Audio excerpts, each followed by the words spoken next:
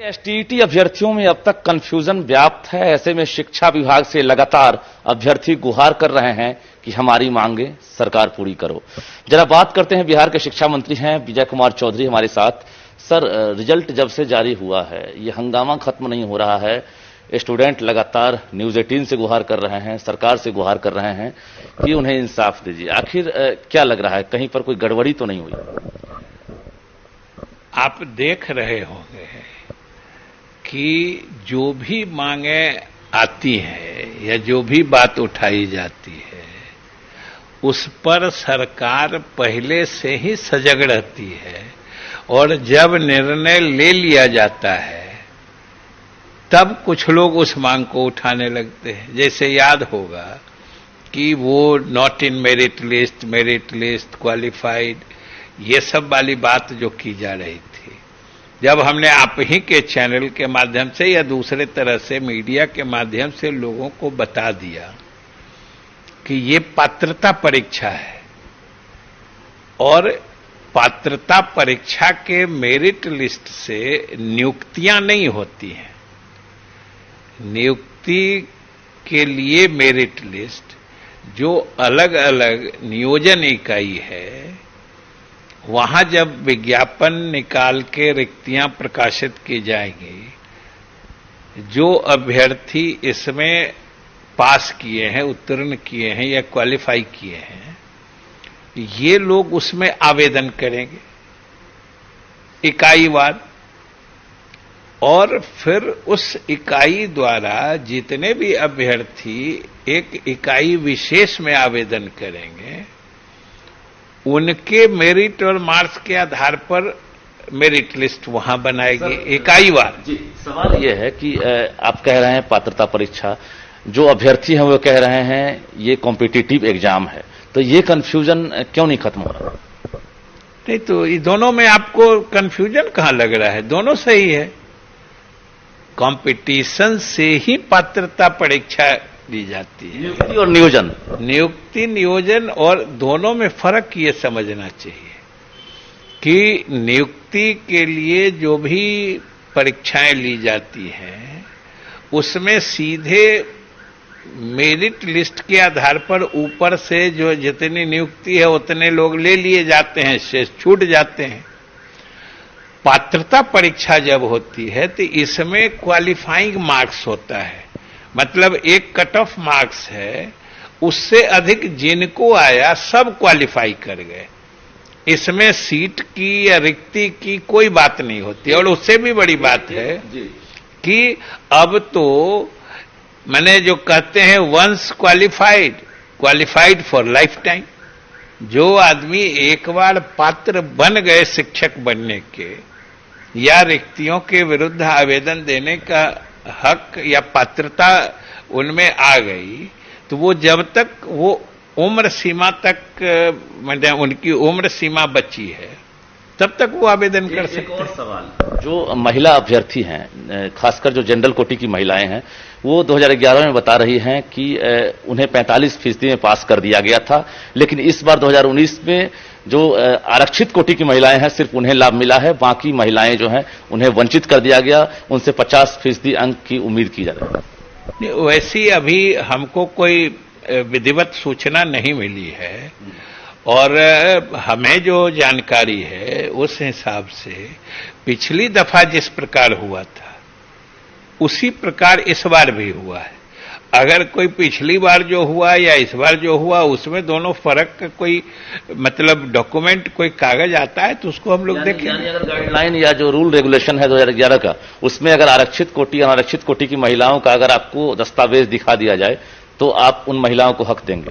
नहीं, स्वाभाविक रूप से अगर कुछ पीछे हुआ है तो उस चीज पर हम गौर जरूर करेंगे, हक देंगे, वो फैसला लेंगे नहीं लेंगे, लेकिन अगर कोई चीज पीछे हुई है तो हम लोग उस पर गौर जरूर करेंगे, और वो किस परिस्थिति में हुआ है उस पर हम लोग जरूर कोई न कोई निर्णय लेंगे। एक और कंफ्यूजन है सर, बिहार बोर्ड ने जो रिजल्ट जारी किया है उसमें कोटिवार, श्रेणीवार या फिर विषयवार टोटल कितने स्टूडेंट पास किए हैं, ये टोटल चीज अभी जो है डार्क में रखा गया है। ये सब डेटा जो है ये कब सम्मिलित होकर आएगा?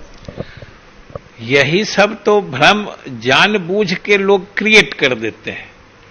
ये भ्रम विषयवार, कोटिवार, मेरिटवार, अरे भाई ये तो जब नियुक्ति के लिए परीक्षा होती है, जब नियुक्ति की मेधा सूची बनती है, तब ना ये विषयवार, कोटिवार और सब कुछ होता है। अभी तो पात्रता परीक्षा है। जो लोग भी क्वालिफाई किए, जो लोग भी पास किए, वो सब लोग पात्र बने। चलिए एक और कंफ्यूजन है, उसको भी दूर कर दीजिए। 2011 वाले जो भी एसटीईटी पास अभ्यर्थी हैं, जो नौकरी के इंतजार में हैं, 2019 वाले जो हैं, उनका भी रिजल्ट आ गया है। क्या 37,440 जो पद की बहाली हो रही है, इसमें 2011 वाले उसी विज्ञापन में बहाल होंगे या इनके लिए फिर 8वें चरण का इंतजार? नहीं, 7वें चरण की जो रिक्तियां प्रकाशित होंगी, उसमें 2011 वाले भी आवेदन डाल सकते हैं।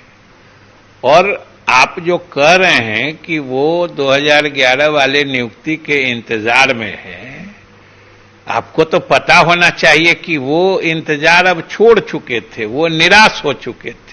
और ये हम लोगों की सरकार ने फैसला लेकर उनको फिर से मौका देने की व्यवस्था की है।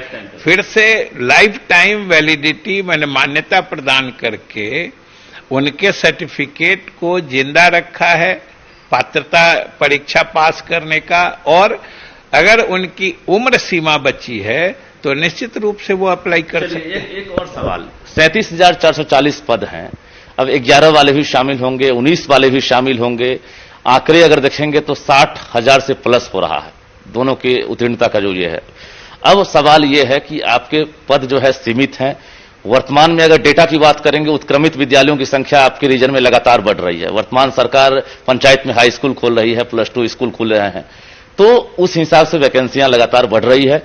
ऐसे में 37,440 जो पद है, वो आपको लग रहा है कि वर्तमान में जो अभ्यर्थी का रेस है उसको फुलफिल कर रहा है? नहीं, ये तो एक तरह से निरंतर चलने वाली प्रक्रिया है ना। ये कोई ऐसा थोड़े है कि अभी जो हुआ उसके बाद बंद हो जाएगा। अभी तो कई चरण चलेंगे और हम तो लगातार, चूंकि उच्च और उच्चतर मतलब विद्यालयों की संख्या बढ़ा रहे हैं, माध्यमिक विद्यालयों की संख्या बढ़ा रहे हैं, उच्च माध्यमिक शिक्षक मतलब विद्यालयों की संख्या बढ़ा रहे हैं। स्वाभाविक रूप से उन सभी माध्यमिक और उच्च माध्यमिक विद्यालयों के लिए हमें शिक्षकों की आवश्यकता होगी। हम पद सृजित करके इनके लिए नियुक्ति और नियोजन का द्वार खोलते रहेंगे, इसलिए उनको आशावान रहना चाहिए। स्टूडेंट सुन भी रहे हैं।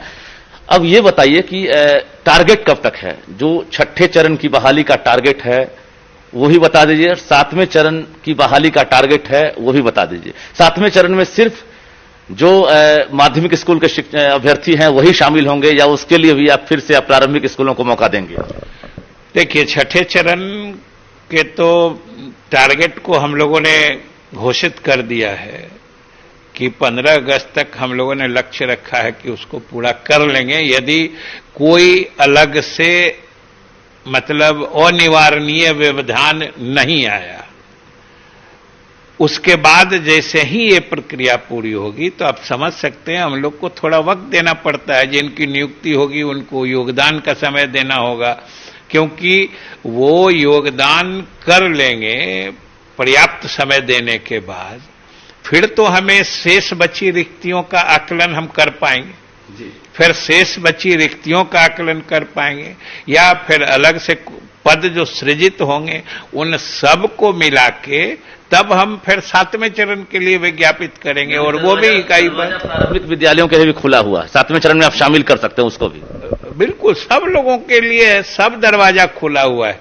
सरकार ने सभी अभ्यर्थियों के लिए और शिक्षक बनने की जो पात्रता रखते हैं उनके लिए न हमने अभी दरवाजा बंद किया है न आगे बंद करने की कोई योजना। हाँ, कोर्ट कचहरी।